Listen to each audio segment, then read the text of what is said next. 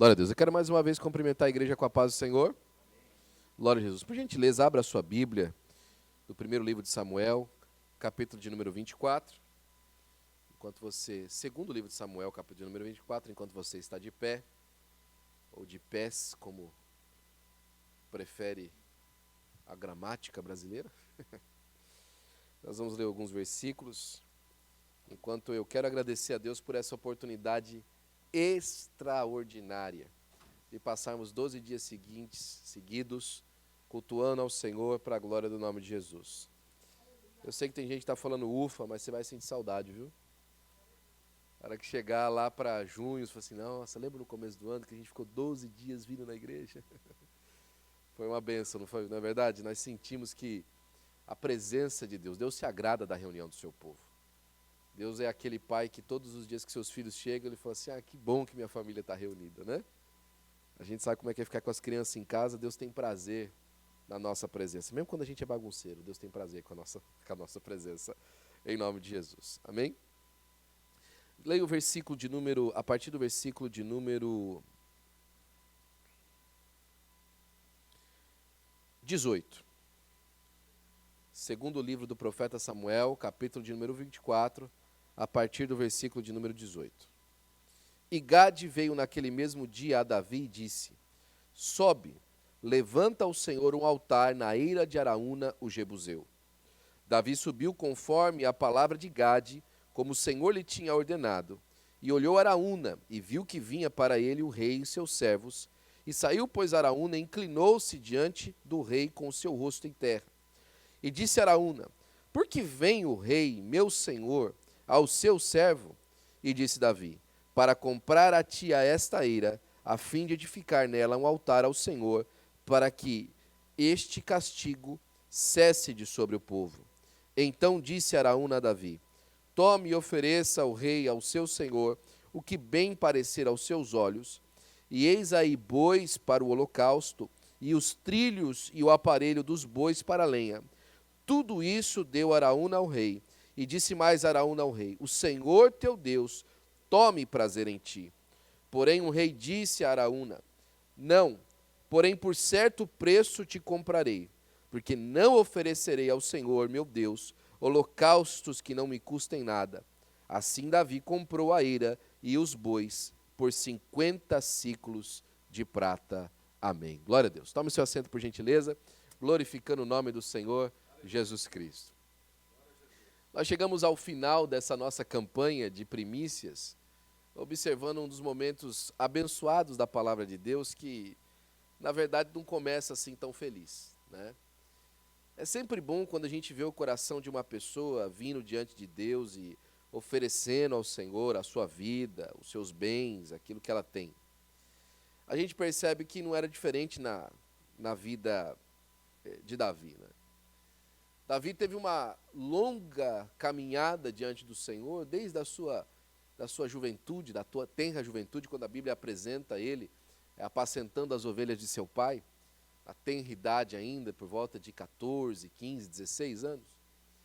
E a gente percebe que durante toda a vida de Davi, ele teve essa fidelidade do coração. Sabe, a Bíblia, ela não esconde os defeitos dos seus heróis. A Bíblia, ela não demonstra, ela não é um livro que fala sobre pessoas perfeitas, a não ser o Senhor Jesus. O Senhor Jesus, esse sim, não pecou, não errou. Mas as personagens bíblicas, elas sempre apresentaram defeitos. Defeitos de conduta, defeitos de caminhada. E é por isso que Paulo resume bem a sua carta a Romanos, fala assim, todos pecaram e destituídos estão da glória de Deus. O pecado não é algo que acompanha o homem de maneira pontual. Um peca, o outro não, o outro peca, não. O pecado acompanha o homem como alguém que foi infectado por um vírus.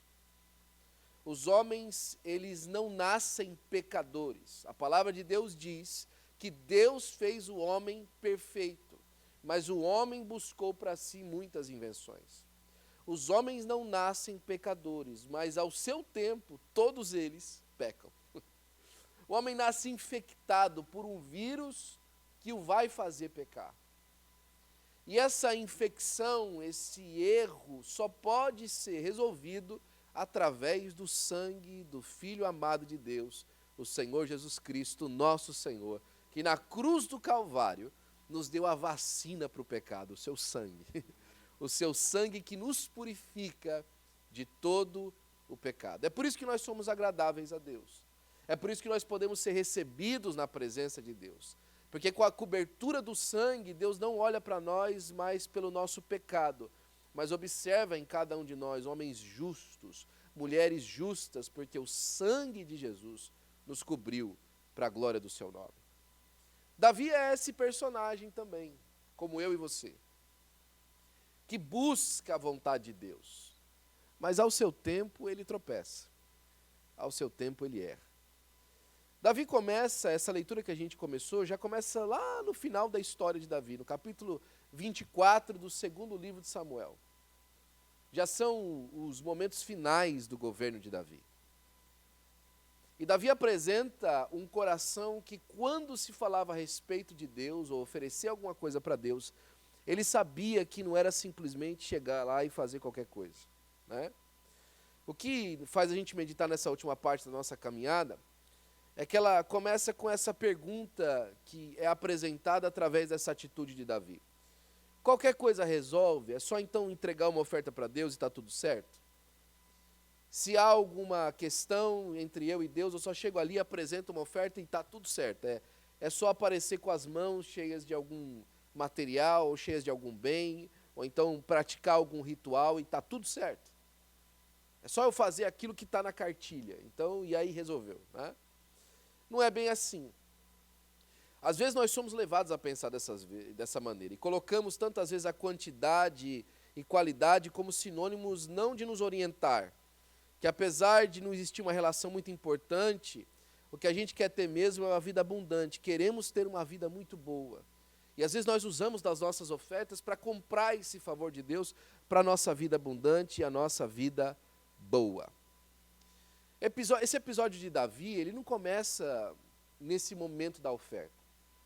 A palavra de Deus fala no livro de 2 Samuel, como a gente leu aqui agora, que Deus se voltou contra Israel e ele incitou o coração de Davi a contar o povo. Mas o primeiro livro das crônicas dos reis de Israel, por volta do capítulo de número 21, fala que Satanás entrou no coração de Davi e fez ele contar o povo. É uma contradição? Não. A palavra de Deus começa dizendo no primeiro livro do segundo livro de Samuel que Deus se voltou contra Israel. Isso foi mesmo que aconteceu, porque você vai ver mais para frente. Agora, ele incitou o coração de Davi, ali é uma vontade permissiva de Deus, permitindo que Davi tomasse essa atitude errada de contar o povo. Agora, contar o povo em si não é um problema. A palavra de Deus mesmo apresenta censos do povo em Êxodo. O livro de Números é um censo que Deus pediu para que Moisés fizesse. O censo não é um problema, contar as pessoas não é um problema. O problema era o que estava por detrás da contagem do povo. O livro de Crônicas, tanto os dois livros, quanto 2 Samuel, quanto o primeiro livro dos Crônicas, conta que Samuel, Davi, ao chegar a esse estágio da sua vida, ele estava muito impressionado com aquilo tudo que Deus tinha dado para ele. Às vezes nós nos impressionamos. Será que dá para dar um pouquinho mais de volume nesse microfone aqui? Eu estou quase sem voz. Às vezes nós nos impressionamos com aquilo que Deus nos dá.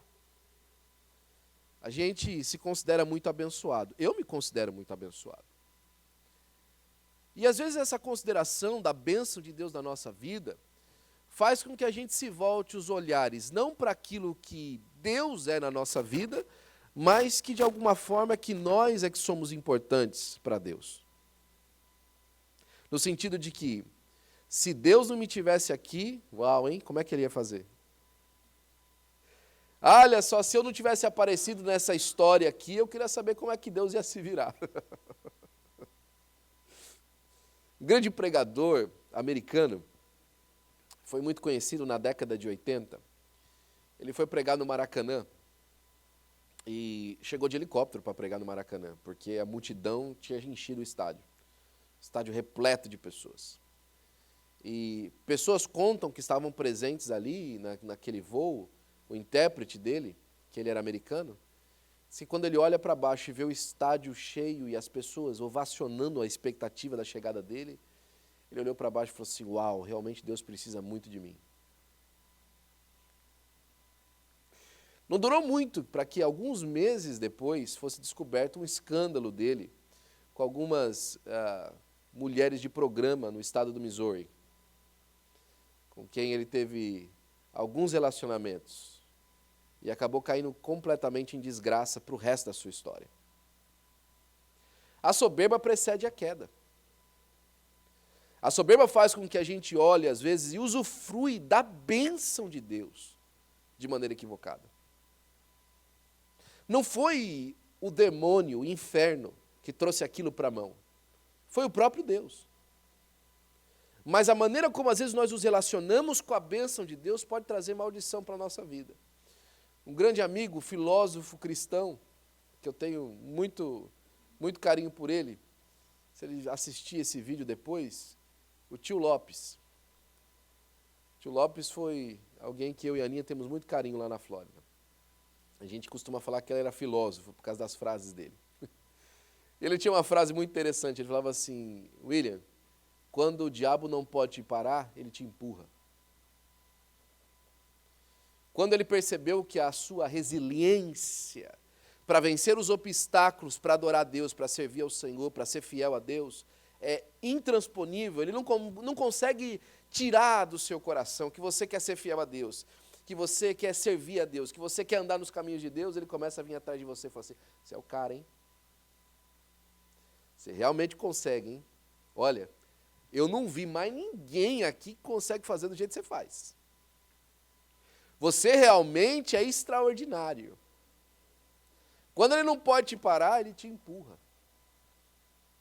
Ele bate nas suas costas e começa a querer trazer no seu coração que você é mais importante que as outras pessoas. Que você tem um valor diferente do que as outras pessoas em volta de você. A palavra de Deus, mais uma vez, se debruça nessa ocasião, dizendo que Davi queria saber qual que era a sua força. Ele queria entender quanto povo tinha, quantos homens de guerra ele tinha, quantos cavalos ele tinha. Qual que era o poderio de Davi no momento de uma transição? Como é que ele ia colocar no Telegram as benfeitorias do governo dele? Olha, no meu governo eu fiz assim, assim, assim, assim. Hoje a gente entende porque existe todo um aparato político.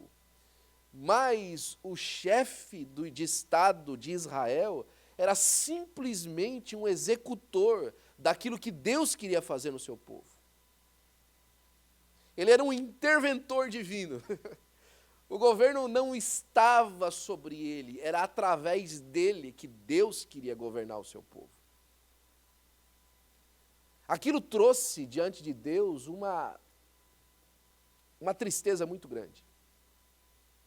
Deus se entristeceu contra Davi. Muito mais, aparentemente, quando a gente observa o texto, de quando, por exemplo, ele cometeu aquele pecado com Batseba. Porque agora Deus ameaçava de castigos terríveis a Israel todo, por conta do pecado de Davi. Sabe? Às vezes nós tropeçamos nas atitudes.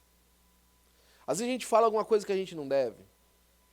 Às vezes nós cometemos atos que nós não devemos. Mas se tem uma coisa que Deus não suporta, é quando nós tocamos naquilo que Deus é soberano na nossa vida.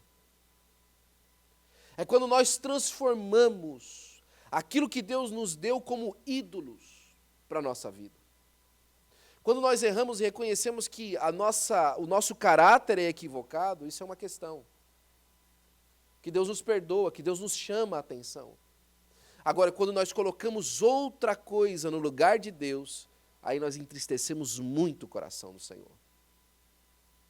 E essa palavra vem de encontro justamente àquilo que é o grande chamariz das pessoas, a saírem dos seus países e vir a esse país. As condições financeiras, as condições de segurança, as condições de trabalho, as condições de acesso.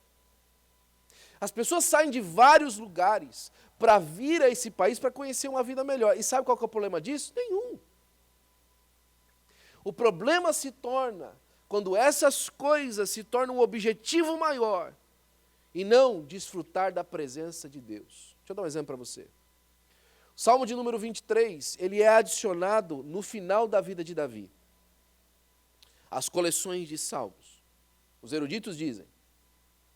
Só que a referência do Salmo 23, a referência dos atos do Salmo 23, é do dia que Samuel chamou a Davi para servir a Deus, para ser rei de Israel.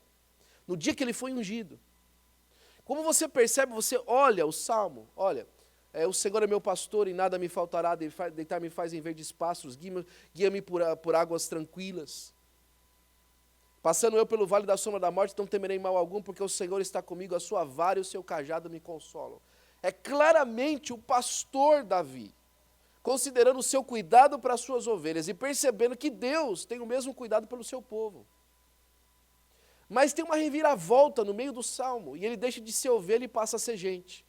E ele fala assim, preparas para mim uma mesa diante, na presença dos meus inimigos. Espera aí, mas que ovelha tem inimigo? Não, o leão, não, a ovelha é presa, a ovelha não é gente. Ele obviamente sai do meio do pasto e chega a uma sala de banquete, justamente como foi no dia que Samuel mandou chamar. Mas eram os irmãos dele, vai ver como ele se relacionava com os irmãos dele. A vida inteira, até a sua consagração para com o rei, os seus irmãos nunca tiveram um bom relacionamento com Davi. A certo ponto que quando ele chega para lutar com Golias, um irmão mais velho olha para ele e fala assim, eu sei da pretensão do seu coração que você está fazendo aqui. Eu sei o que você está pensando. Os irmãos tinham, a Bíblia apresenta dessa forma, e a gente consegue perceber que eles tinham um certo inveja de Davi. E o Salmo 23 fala, preparas para mim uma mesa na presença dos meus inimigos, o meu cálice transborda, unges a minha cabeça com óleo. Foi justamente o dia da sua consagração. E aí Davi termina o Salmo dizendo, agora a bondade e a benignidade me seguirão todos os dias da minha vida, e habitarei na casa do Senhor por longos dias. Espera aí. Ele acabou de ser consagrado rei de Israel. Ele acabou de receber uma promoção extraordinária. Ele estava flipping burgers no McDonald's, e agora alguém apareceu lá e falou assim, você vai ser o dono da empresa. Mudou a vida dele completamente. E o pensamento de Davi é o seguinte, olha, quer saber? Agora, a bondade de Deus e a misericórdia dele vai estar comigo todo dia. E sabe o que vai acontecer? Eu vou ter mais tempo para ir para a igreja. Habitarei na casa do Senhor por longos dias. Davi recebe uma bênção extraordinária e os seus olhos não estão naquilo.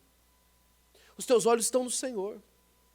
Percebe o convite que Deus está nos dando para esse ano de 2023? Ei, Deus tem muita bênção para você, tem muita coisa extraordinária para você, mas não coloque os seus olhos na bênção, coloque os seus olhos no Senhor da bênção, no Deus da bênção, no Deus que abençoa, no Deus que guarda, no Deus que prospera, no Deus que ajuda. Os olhos de Davi, naquele momento, conseguiam perceber que tudo aquilo que havia acontecido era Deus que havia colocado ele para viver. Era Deus que tinha oportunidade para ele viver. Aquelas bênçãos extraordinárias, aqueles lugares extraordinários, ele tinha que perceber que era Deus que havia levado ele até ali. Agora, chega nesse momento, do finalzinho da sua vida, que ele, por uma falha de caráter, instigado por Satanás, como diz o primeiro livro das Crônicas, instigado por um sentimento humano errado, quer medir a força, quer ir ver até onde ele chegou, quer aplauso para si mesmo, quer ser referendado pelas pessoas pela sua coragem de ter lutado o tanto que lutou.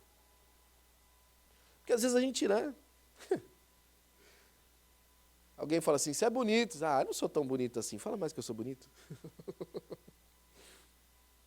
Rapaz, você está elegante. Não estou tão elegante assim, só tinha isso para vestir hoje. Confete. Davi chega naquele momento consolidado como rei, consolidado como profeta, consolidado como estadista, como guerreiro, e quer olhar as suas glórias. Deus se irou contra Davi e deu 3 opções para ele. Davi, Deus não gostou desse negócio que você fez. Aliás, Joabe ainda avisou, ele falou assim, rei, para que isso? Para que você quer fazer isso? E aí como alguém falou, olha, você não está aqui para discutir a ordem comigo, você está aqui para cumprir, vai e cumpra. Aí Joabe foi, aí vem Gade, né? Para que o senhor fez isso, rei? Desde quando foi o número de soldados que ganhou uma guerra para Israel? Eu gosto de lembrar, irmãos, eu acho bonito esses momentos da Bíblia. As maiores guerras de Israel, as maiores guerras que Israel venceu, eles não lutaram. As maiores batalhas que Israel venceu, eles não lutaram. É incrível. Nunca Israel enfrentou numa disparidade de exércitos, por exemplo, Faraó contra eles no Mar Vermelho. Nunca teve antes. Foi a maior disparidade, um grupo de escravos e 600 cavaleiros prontos, os melhores cavaleiros de Faraó, para a guerra, junto com o Faraó. Aquilo ali era simples um massacre, era só para massacrar mesmo. Vieram em cavalo para não ter nem batalha no chão, era só para matar por cima. Era para deixar o povo espalhado no deserto. Era Faraó mostrando para todo mundo o poderio dele. Era só para isso. Aliás, Deus avisa isso a Moisés, que Faraó faria assim. Só que aí, Moisés olha para Deus fala assim, por que você está olhando para mim? Diga o povo que marche. E aí Moisés vira para trás, às vezes até brinco com isso, é claro que não foi isso que Moisés disse, desse sentido, mas Moisés olha para o povo e fala assim, olha, esses egípcios que vocês estão vendo na sua frente, vocês nunca mais vão ver. Confiai no Senhor, e ele vai calar vocês, e continua andando, né? Quem sabe ele não quis dizer, eu fico, às vezes brinco, né? Vocês não vão ver mais mesmo, porque vocês vão morrer hoje, nunca mais vocês vão ver eles. Mas aí Deus começa a fazer algo extraordinário, manda saraiva, manda um redemoinho, até que então afunda eles dentro do mar. E eu costumo dizer que nenhuma pedra e nenhum pau Israel tacou no exército de Faraó. Nada. Não teve absolutamente nenhuma batalha contra um e outro. E aquela vez que Senaqueribe veio então contra Israel? Que Senaqueribe mostrou as cartas dos outros reis. Que ainda o outro ainda falou lá, o Rabsaque falou, olha, e não se engane Ezequias, que Deus pode salvar vocês, porque não vai. Porque é os deuses das outras nações. E aí Ezequias vai diante do Senhor, Isaías manda o recado, olha, nessa batalha você não vai ter que pelejar, porque Deus vai dar vitória para vocês. E Deus dá vitória, o exército vai embora, Senaqueribe morre naquela semana. Tem uma transição diferente de governo na região. E Israel não saiu com o exército para fora da cidade. E aí você percebe, Asaf, por exemplo, era o primeiro-ministro de Ezequias. E ele escreve um dos salmos mais conhecidos que a gente canta, que a gente fala na igreja. O Salmo 46 é um salmo de Asaf. Você lembra do Salmo 46? As nações se embraveceram, os reinos se moveram. Ele levantou a sua voz e a terra se derreteu. Aí fala-se da cidade de Deus, há um rio que alegra a cidade do Altíssimo. Deus está no meio dela, não será abalada. Aquele salmo é em celebração da vitória contra Senaqueribe. Que rio que era esse que passava? Lembra dos dutos que eles fizeram de águas? Para que a cidade ficasse, se a cidade fosse sitiada e ia ter água dentro da cidade, os rios alegram a cidade do Altíssimo. Deus está no meio dela, não será abalada. Deus a ajudará ao romper da manhã. Foi a madrugada que Ezequias passou orando ao Senhor, olha, ao romper da manhã Deus a ajudará.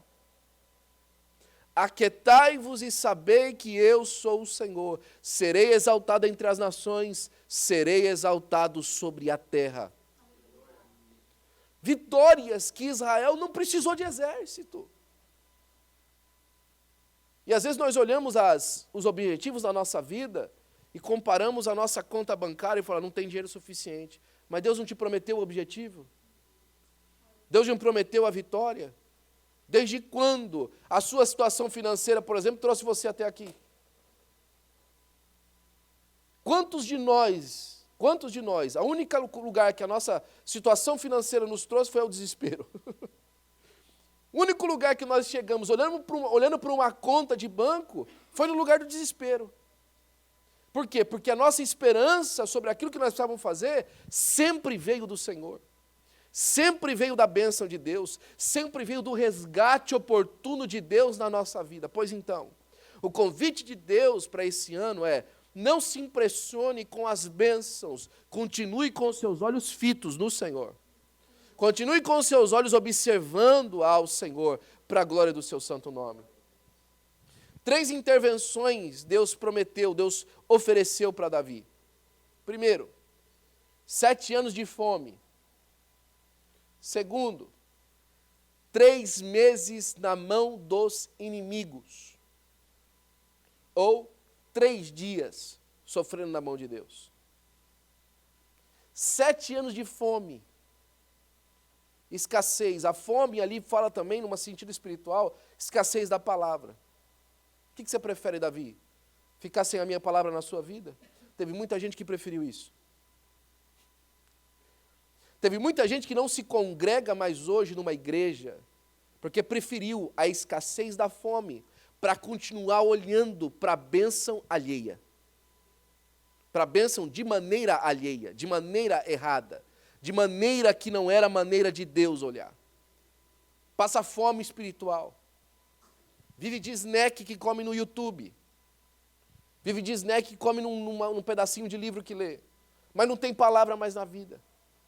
Deus não fala mais no coração. Tem gente que há muito tempo está na mão do inimigo. Apanhando do inimigo. Sofrendo do inimigo. Sendo arrastado com a cara no chão, na rua, pelo inimigo. Passando vergonha. Você devia estar aqui. Não. Prefere estar na mão do inimigo. Mas Davi, quando viu a opção de esquecer os seus erros, de deixar de lado o seu erro e se apresentar na mão do Senhor, de enfrentar que ao Senhor ele ofendeu, então ao Senhor ele estaria se oferecendo, ele falou assim: eu prefiro cair na mão de Deus, porque a mão de Deus são mãos de misericórdia. Deixa eu falar uma coisa para você: a fome vai te matar, o inimigo vai te matar, mas Deus é o único capaz de te perdoar e restaurar a sua vida para a glória do nome dEle. A fome da palavra mata a sua fé. O inimigo consegue até mesmo matar a sua esperança. Mas Deus te convida para que você, olhando para Ele de novo, Ele restaure a sua expectativa do futuro. Eu prefiro cair na mão de Deus, porque são mãos de misericórdia. E aí a palavra de Deus fala que Deus veio com uma surra contra Israel. Mas pense numa surra. Se eu não me engano, foram 70 mil homens, ou 30 mil homens de Davi, que caíram. Foi muita gente que foi machucada. Sabe por quê? Porque quando a gente olha para o lugar errado caminhando com Deus, sempre há consequências. Sempre há machucados. Sempre há feridas, que nós jamais vamos poder colocar na conta de Deus.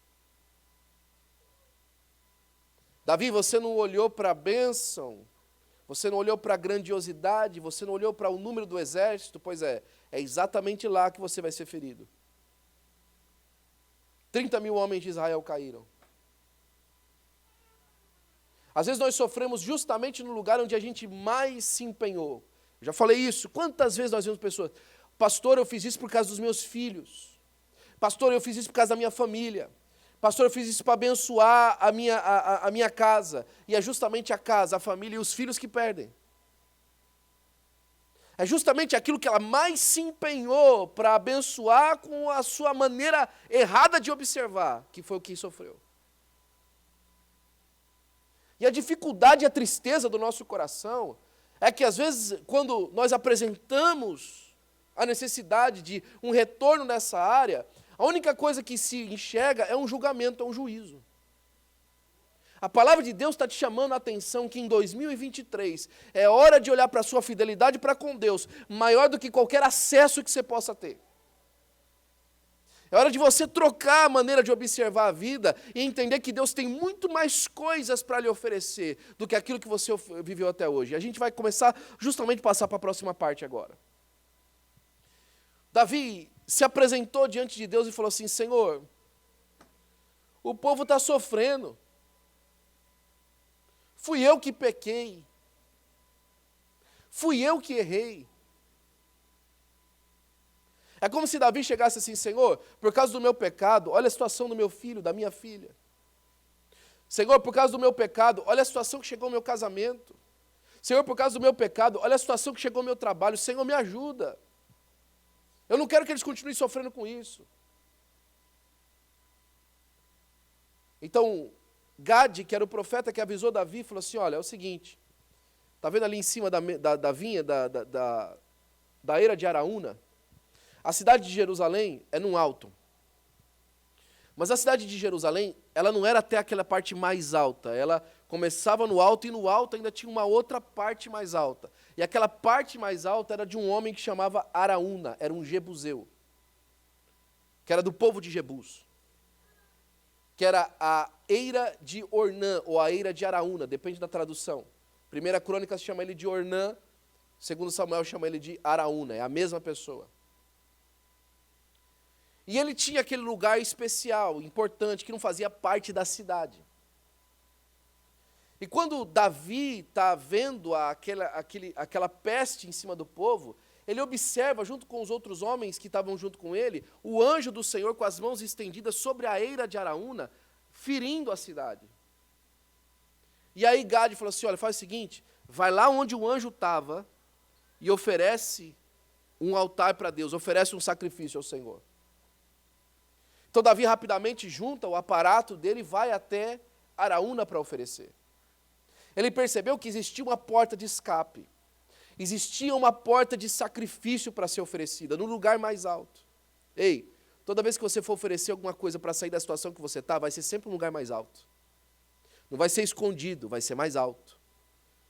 Não vai ser atrás de uma negociata, vai ser mais alto, vai ser exposto.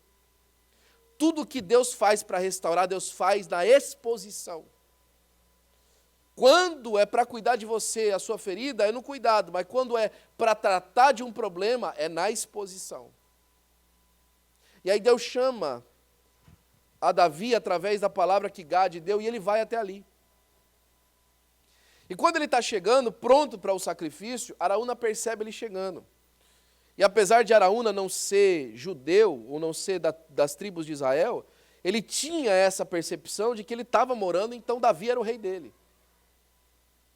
E quando ele percebe Davi vindo, ele já vai de encontro. Fala assim: meu rei em casa? Uau, uau, a visita do rei, que coisa importante, né? O que o senhor veio fazer aqui?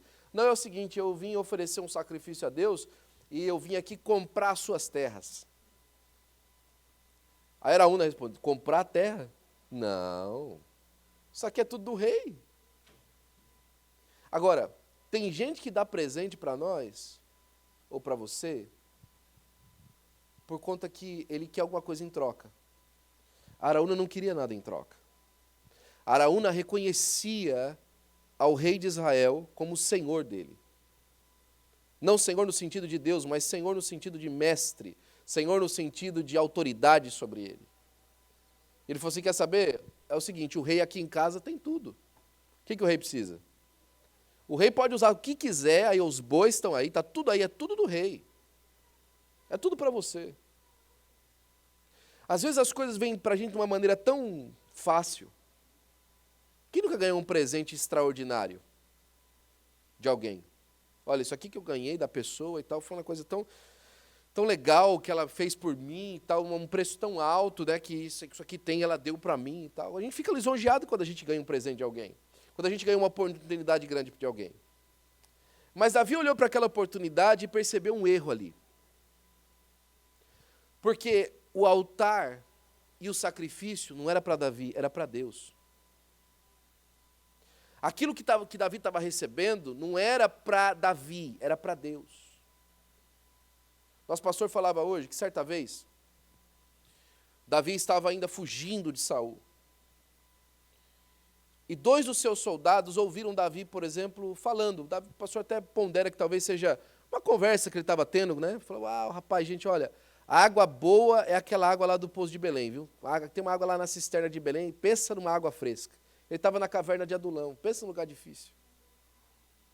Talvez tomando uma água amarga, talvez experimentando algum dia mais difícil, falou assim, olha, que saudade daquela água lá, viu? Daquela cisterna de Belém lá.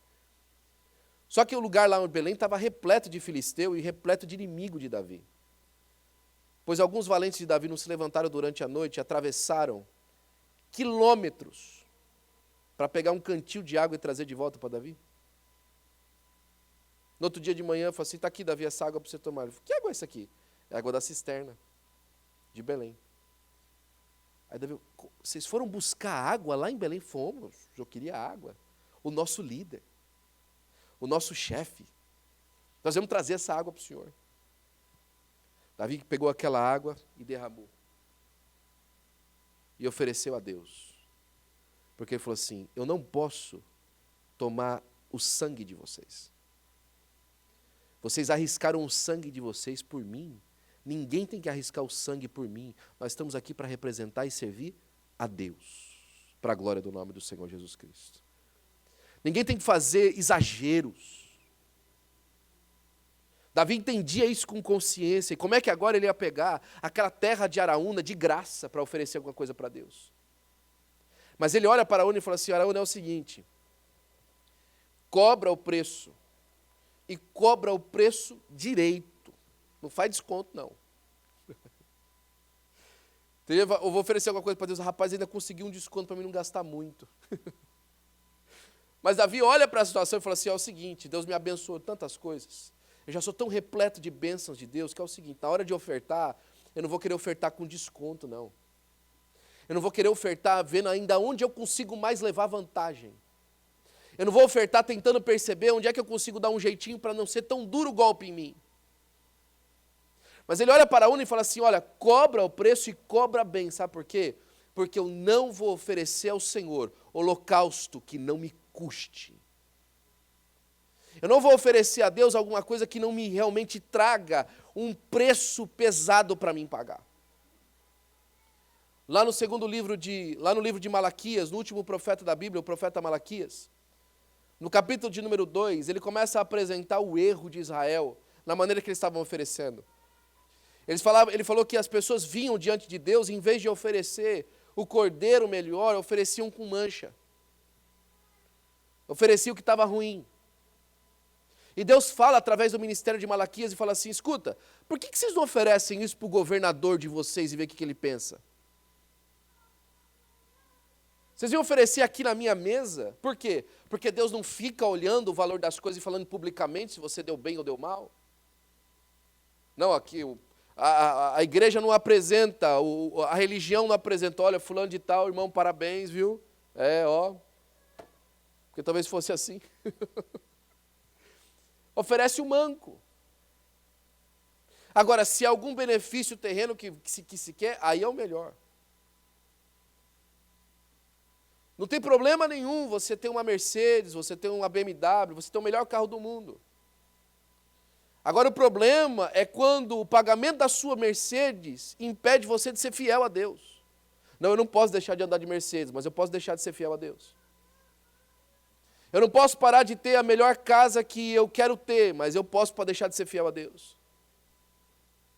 O chamamento de Malaquias para o povo de Israel é que não fazia mais diferença o que eles ofereciam. Porque Deus era uma pessoa que não importava. No começo da discussão, eu tenho amado vocês. Eles perguntam para Deus, onde é que o Senhor tem nos amado? Qual que é a diferença do Senhor amar nós e o Senhor não amar nós? Eu não estou vendo nada, estou vivendo tão bem. Qual que é a diferença de ter uma vida na igreja e uma vida fora? Para mim não tem diferença nenhuma. Qual que é a diferença de vir à presença do Senhor e não vir à presença do Senhor? Eu não percebo. E Deus chamando a atenção do povo, eu tenho amado de vocês, onde é que vocês têm me amado? Onde o Senhor tem me amado? Agora, quando aperta a luta, como apertou no lugar de Davi, Aí é necessário vir da presença do Senhor e derramar mais uma vez a sua alma, percebendo que servir e ser fiel custa. Sempre vai custar. Sempre você vai ter que pagar um preço para que a sua oferta seja oferecida. Nunca pense e nunca ofereça aquele tempo a Deus que não faz falta. Ofereça aquilo que lhe custa e veja a bênção de Deus sobre a sua vida. E eu continuo aqui agora, a gente já está terminando. Davi oferece a Deus aquele lugar, paga o preço. Acho que 400 ciclos de prata, 400 mil ciclos de prata, paga caro naquele lugar. E oferece a Deus e Deus recebe a oferta de Davi. Episódio contínuo, Davi chega ao fim da sua vida, passa o seu reinado ao seu filho. O segundo livro das Crônicas dos Reis de Israel, ele vai dizer para a gente que Salomão construiu o templo porque Davi estava impedido por Deus de construir. Deus não permitiu que Davi construísse.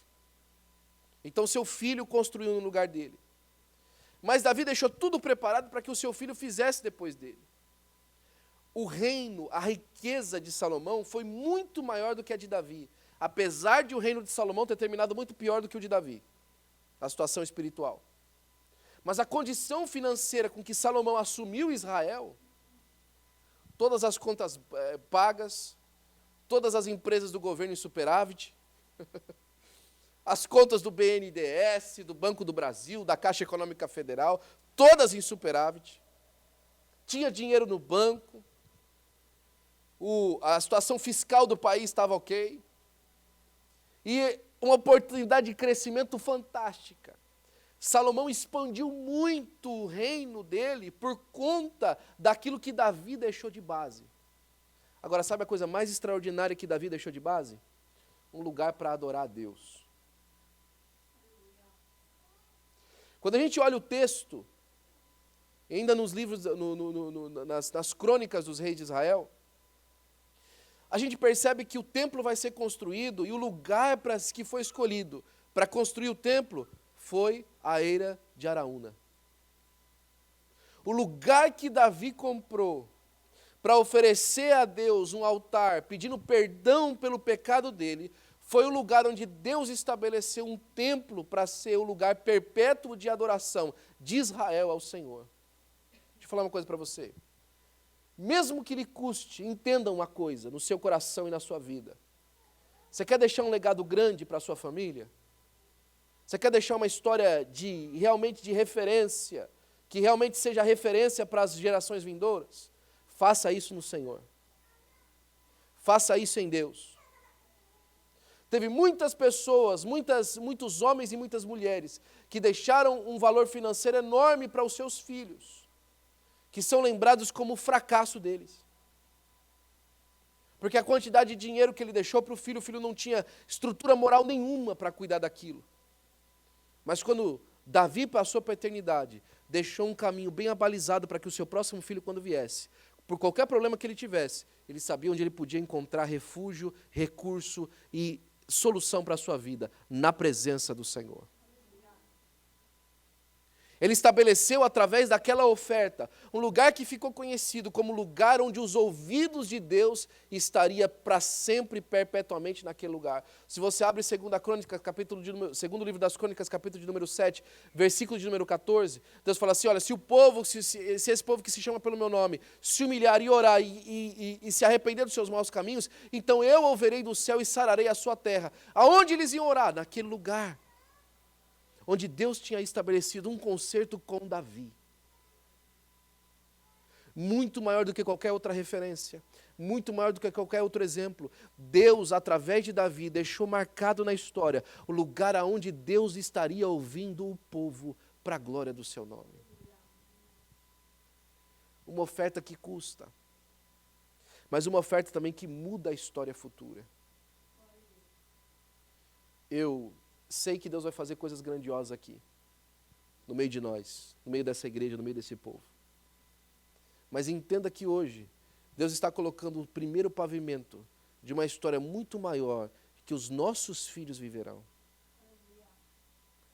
Que a nossa posteridade viverá.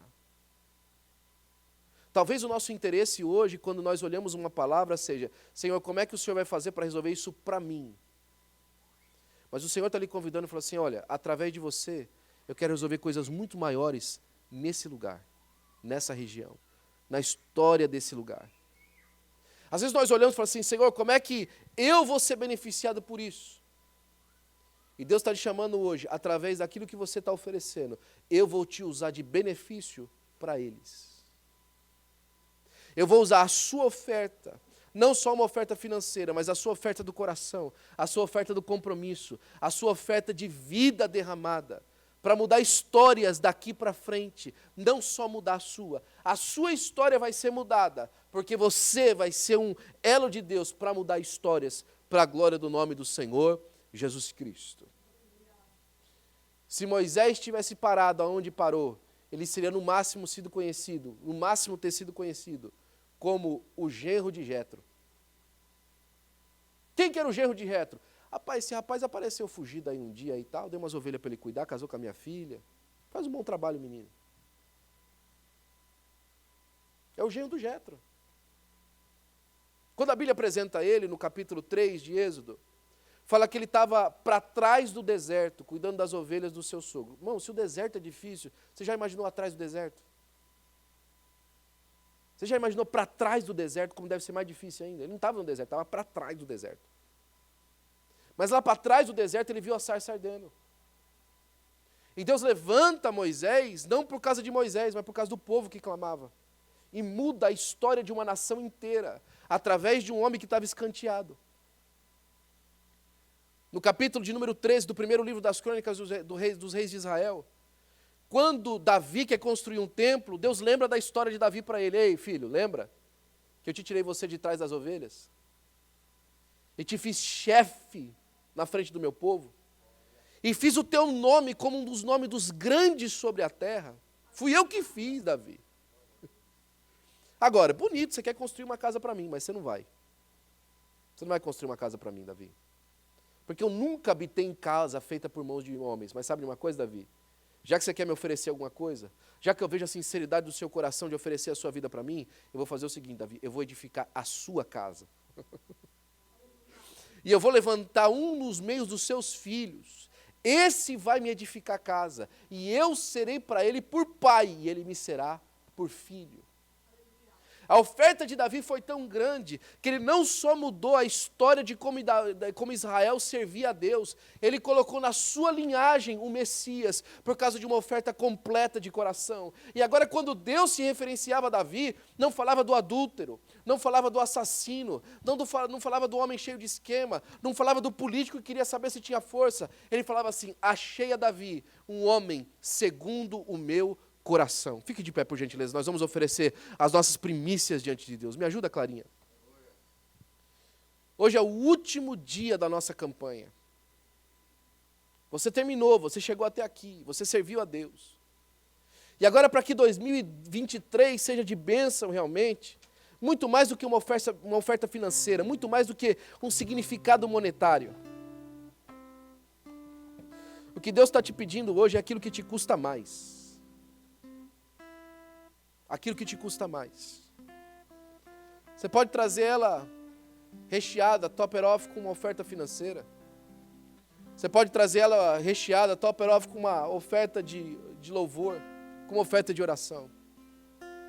Mas a essência da sua oferta hoje que o Senhor pede para você em 2023 é a sua vida. Eu não estou falando para você fazer compromissos de horários comigo. O que eu estou querendo dizer com isso? Não, eu vou prometer a Deus que todo domingo eu vou estar no culto com o pastor. Não me prometa isso. Eu prometo que eu vou estar a todo culto de ensino. Não me prometa isso. Esteja em todo culto de ensino. Esteja em todo culto de domingo. Mas prometa ao Senhor hoje a sua oferta da sua alma a Deus. Do seu compromisso com o Senhor. Da sua fidelidade àquilo que Deus tem de programa para a sua vida. Em cima dos seus programas. Agostinho certa vez fez o Santo Agostinho, conhecido na Igreja Católica por Santo Agostinho, a gente conhece ele por Agostinho. Ele fez uma oração ao Senhor e falou assim, Senhor, onde os meus planos não forem os teus, destrua-os. Se o que eu bolei na minha cabecinha, se a história que eu estou tentando escrever para mim não é aquilo que o Senhor quer, faz o seguinte, não faz o que eu estou querendo, faz o que o Senhor quer, vai ser melhor. Não faz a minha ideia, faz a do Senhor para mim. Termino com esse testemunho antes da gente orar. Devia ser 2002, 2001, por volta de 2002 a gente voltou para São Paulo, do interior de São Paulo, Tupã. E eu lembro que nós estávamos numa fase muito difícil na nossa casa. Eu geralmente não gosto de contar muito isso na frente do púlpito, porque alguém pode ouvir e pode entender errado o que eu estou querendo dizer. Mas eu quero te chamar a atenção a isso aqui. E a gente estava numa reunião de jovens e o líder dos jovens perguntou para todo mundo que estava lá, falou assim, escuta, qual que é os seus planos para o ano que vem? Era final de 2001 talvez. E aí um tinha um plano, outro tinha outro plano, outro tinha outro plano, chegou na minha vez e eu parecia aquela pessoa que joga água na fogueira.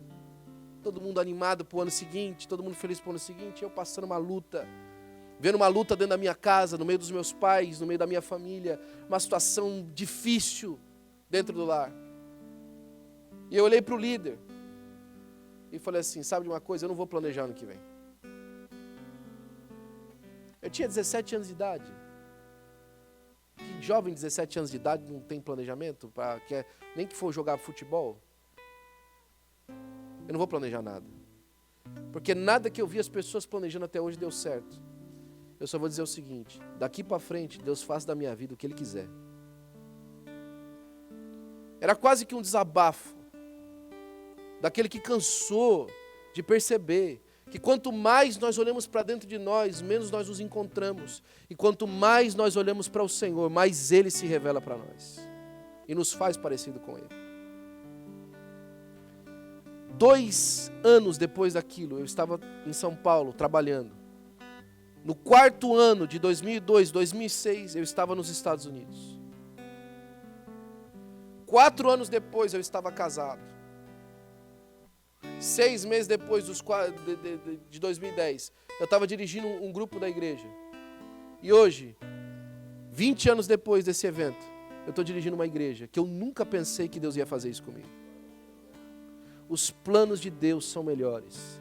Deus está pavimentando uma história extraordinária para você, mas a oferta que Ele te pede é a sua vida no altar.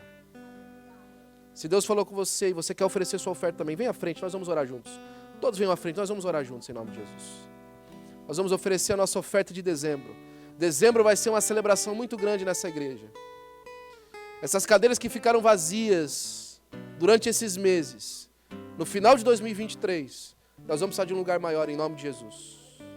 Porque Deus vai fazer coisas extraordinárias. Pai, é no nome de Jesus, ó Senhor, que nós estamos na Tua presença, Senhor. E entregamos, ó Senhor, Pai, as nossas primícias diante de Ti.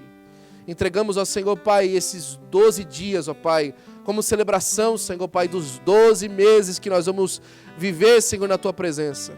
Como 12 meses, ó Senhor, Pai, de extraordinárias bênçãos que vêm de Ti. Mas, ó Senhor, Pai, de extraordinários momentos olhando para o Senhor, Pai. Nesse ano, Senhor Pai, manda, Senhor, cura, manda bênçãos, ó Senhor Pai, manda documentos, Senhor Pai, manda, Senhor Pai, casa, manda carro, Senhor, manda provisão financeira, Senhor Pai, mas acima de tudo, Senhor, manda a Tua unção, manda a Tua glória, Senhor, manda salvação, ó Deus, manda comprometimento contigo, manda, Senhor Pai, Senhor, batismo com o Espírito Santo, Senhor Pai, manda, Senhor Pai, novas lideranças, ó Senhor Pai, manda, Senhor Pai, aqueles que hão de se salvar, Senhor Pai, manda, Senhor, a Tua misericórdia, manda a Tua graça, Senhor. Ah, Deus, manda de Ti, da Tua parte, Senhor Pai, e nos usa nas Tuas mãos nesse ano, Senhor. E se esse foi o ano da Tua volta, Pai, nós queremos, ó Senhor Pai, ter terminado, Senhor, a nossa obra, Senhor Pai, glorificando o Teu nome nessa terra, Senhor, para que, Senhor Pai, estejamos reunidos contigo, ó Deus. Senhor, levanta, Senhor Pai, nesse lugar através, ó Senhor, desse compromisso e comprometimento que nós fazemos contigo. Algo extraordinário para o louvor da Tua glória, Senhor. Pai, eu abençoo, Senhor Pai, em nome de Jesus, a casa e a sementeira de cada um dos meus irmãos, ó Pai. Que essa pequena semente, Senhor, que eles estão depositando diante de Ti, Pai, ela germine, Senhor, Pai, e vire uma árvore frutífera, Senhor, Pai, para a glória do Teu nome e para a provisão da casa dos Teus filhos, ó Senhor. E, Senhor, Pai, mais uma vez, ó Pai, nunca nos deixe olhar para a árvore, Senhor, e agradecer a árvore. Pai, quando nós olharmos a árvore frutífera, Senhor, nós vamos levantar o hino de vitória ao Senhor, Pai, e glorificar o Teu nome para sempre, e dizer que foi o Senhor quem fez, foi o Senhor quem ajudou, foi o Senhor que glorificou o Seu nome na nossa vida, e nós daremos a honra, a glória e o louvor, em nome de Jesus, em nome de Jesus. Queremos o Teu nome engrandecer e agradecer-te por Tua obra em nossas vidas. Confiamos em Teu infinito amor, pois só Tu és o Deus eterno sobre toda a terra e céus. Mais uma vez o refrão. Queremos o Teu nome engrandecer e agradecer-te por Tua obra em nossas vidas. Confiamos em Teu infinito amor, pois só Tu és o Deus eterno sobre toda a terra. Pois só Tu és o Deus eterno sobre toda a terra. Pois só Tu és o Deus eterno sobre toda a terra e céu. Pai, despede o Teu povo em paz, ó Senhor. Alegres, felizes, ó Senhor, Pai, pela Tua presença e pelo gozo do Teu Espírito Santo, Senhor. Oh, Pai, que haja bênção e que haja unção, Senhor. Pai, guarda os Teus filhos mais uma vez. E nós daremos a honra, a glória e o louvor em nome de Jesus. Em nome de Jesus. Amém. Que a graça de nosso amado Senhor e Salvador Jesus Cristo, o grande amor de Deus, o nosso Pai, as doces consolações do Espírito Santo de Deus, seja com todo o povo de Deus. E o povo de Deus diz com alegria. Amém.